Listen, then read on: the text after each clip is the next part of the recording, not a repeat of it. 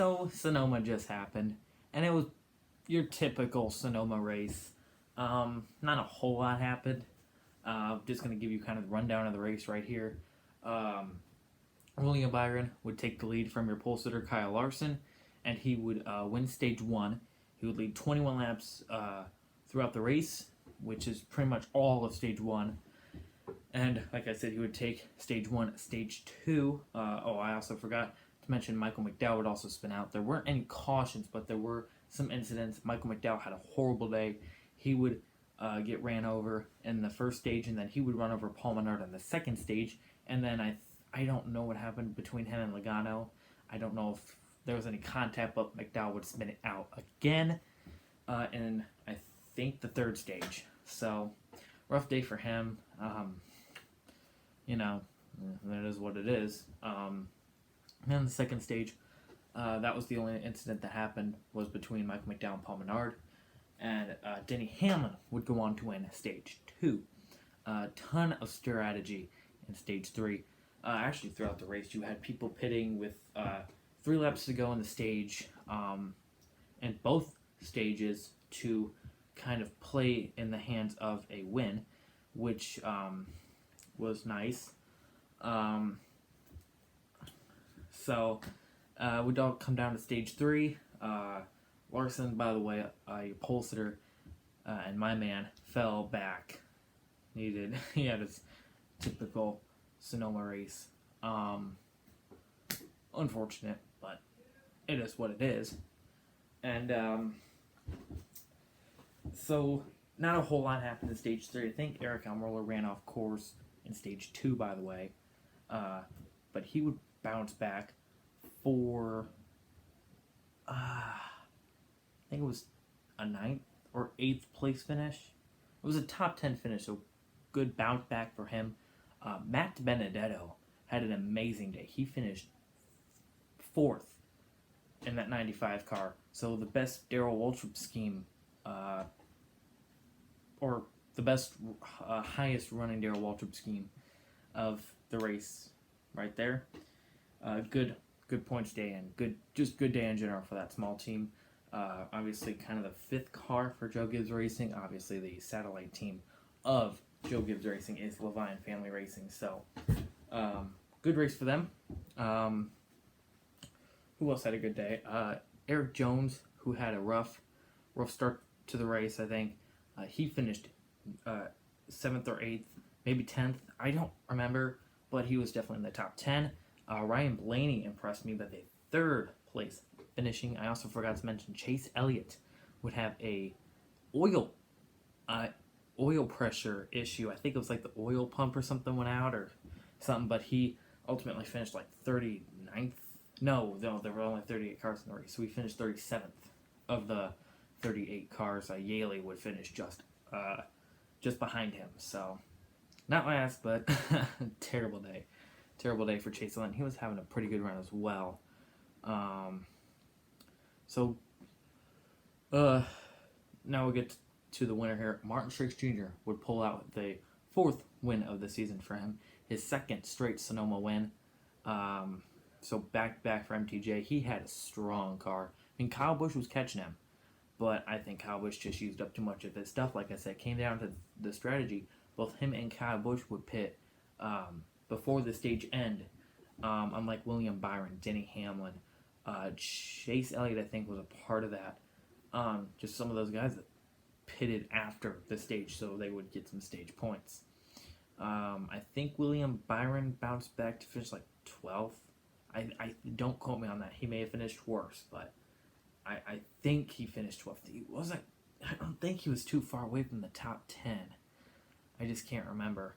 I know him and Hamlin were making a really good ground, so yeah, there's that. Martin Truex Jr. would finish 1st. It was kind of an interesting battle between him and Busch. I mean, Busch was catching him, and then Truex was pulling away. Truex was strong in some spots. Busch was stronger in others. And I think the new brought back configuration for Sonoma Raceway was kind of interesting. There really wasn't a lot of trouble. I think Ryan Preece also had a little incident around the turn 11, the tightest turn. Um, but no cautions besides the stage end, so it was all right. It was an okay race. I think it definitely falls behind some of the worst, or falls just in front of some of the worst, the lesser interesting races this season. Um, Sorry, it's been such a long day for me. I'm struggling here, but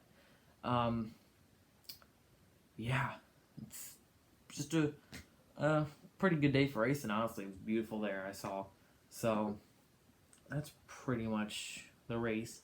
Now I would like to take a 17-second moment of silence for Darrell Waltrip and everything that he has done in the sport. I know some of you fans may think this is silly, but I respect Darrell Waltrip a whole lot. He's done so much for this sport.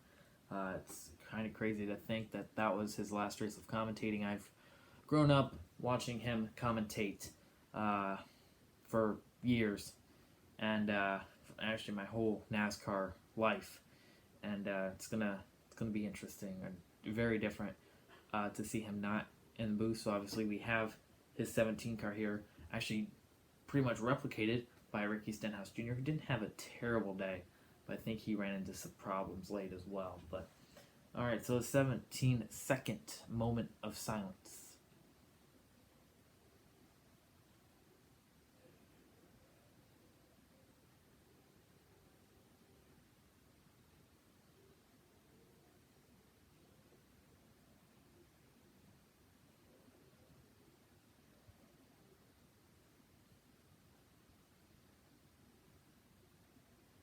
Okay, that was roughly 17 seconds.